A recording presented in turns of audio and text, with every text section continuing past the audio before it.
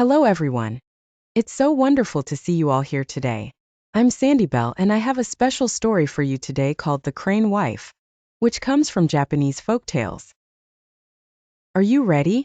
Let's begin. Once upon a time in a small village in Japan, there lived a poor but kind-hearted man named Yosaku. One cold winter day, Yosaku was walking home through the forest when he found a crane caught in a hunter's trap. Feeling compassionate, he freed the crane, and it flew away gracefully into the sky. Little did Yosaku know, this act of kindness would change his life forever. The next evening there was a knock on his door, and Yosaku opened it to find a beautiful woman standing there. She introduced herself as Yukiko and asked for shelter from the cold. Yosaku, being generous, agreed. Yukiko stayed and soon became his wife.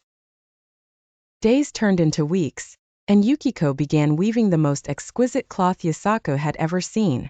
She asked him to promise never to look at her while she was working, and he agreed. She sold the cloth at the market, and they began to prosper. However, as time went on, Yosaku grew curious about how Yukiko wove such magnificent cloth. One day, he could no longer contain his curiosity and peeked into the room where she worked. To his astonishment, he saw Yukiko was not there but instead a crane weaving the cloth using its own feathers. Upon realizing she was discovered, the crane transformed back into Yukiko. With tears in her eyes, she told Yosaku that she was the crane he had saved, and she came to repay his kindness. But now that he had broken his promise, she could no longer stay.